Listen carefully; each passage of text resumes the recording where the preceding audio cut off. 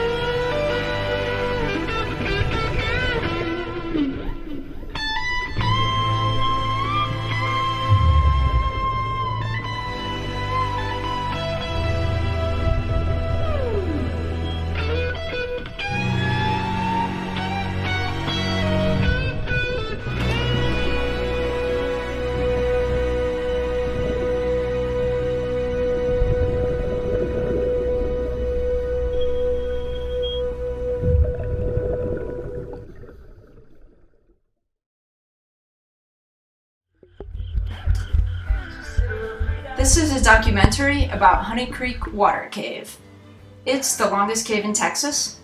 It's about 150 feet deep and over 20 miles long.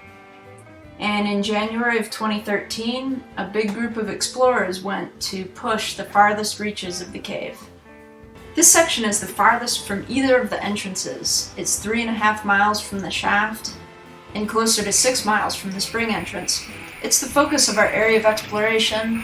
It's where all the leads are. These are the places where nobody has been before.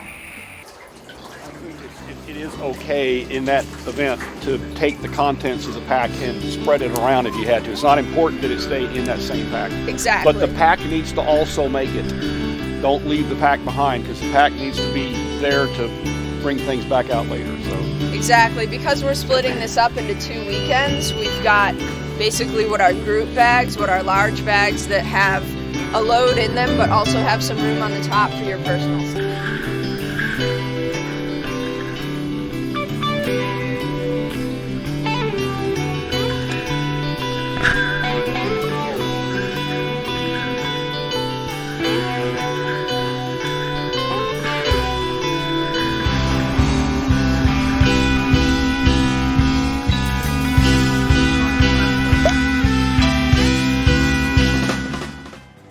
This section of passage we're going through here is Virgin Cave. It's the first time anyone's been here.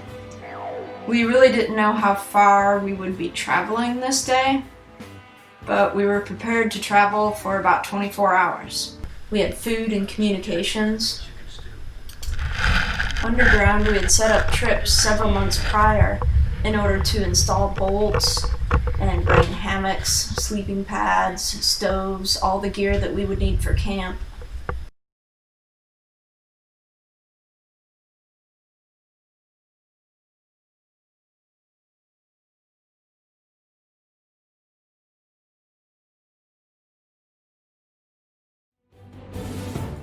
But I got another map that I want to show you, and I think you'll be most interested in it. Sweet. Let's get this project going.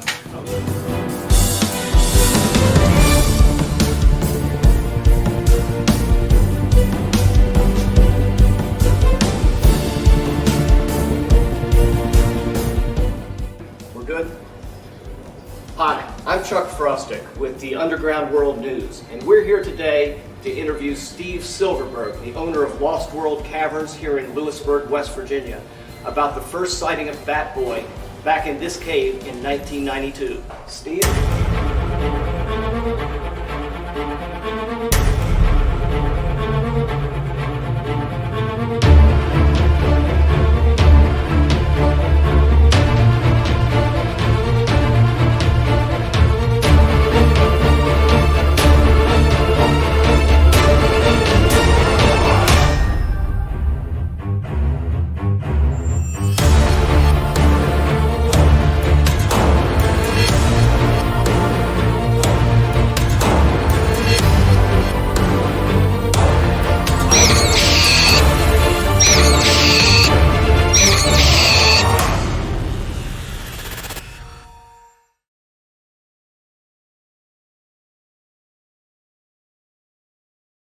Well, Bracken Cave Preserve is owned and protected by Bat Conservation International.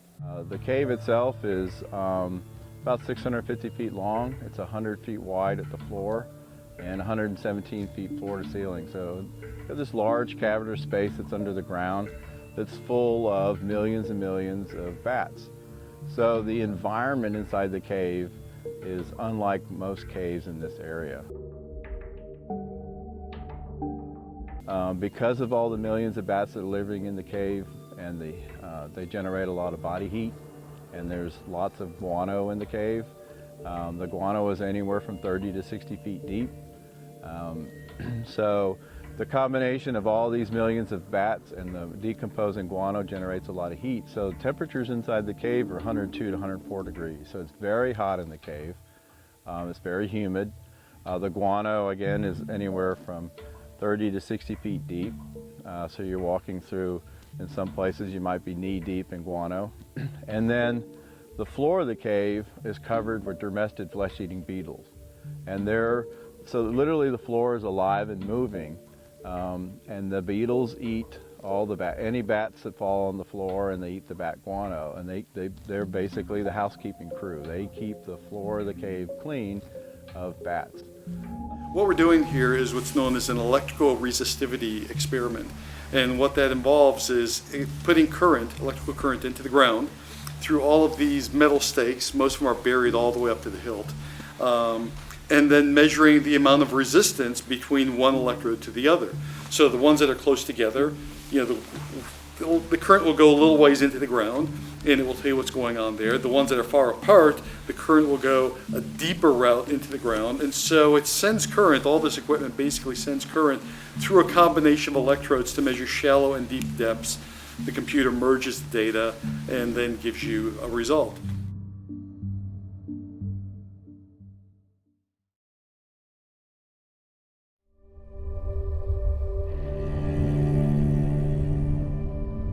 For ages, this sentinel mountain has shadowed me. Together, we have shaped the land to our design.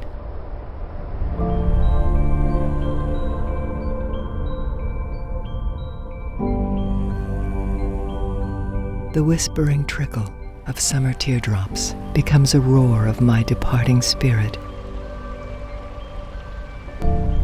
Water drips and seeps into open veins through scalloped tunnels of time. I feel weak. What will become of me?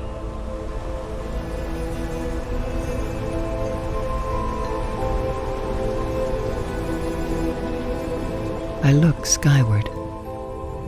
The sun arcs across a blue expanse. I am illuminated from within by an extraordinary light.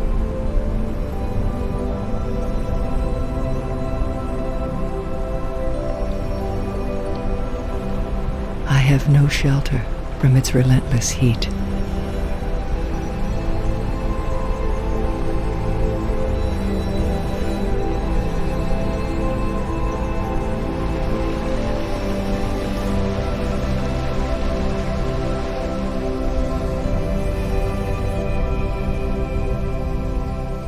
It is the light that accents my beauty.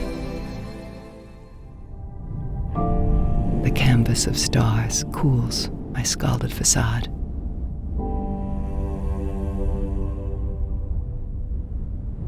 Through sealing eyes, I converse with the sweeping heavens.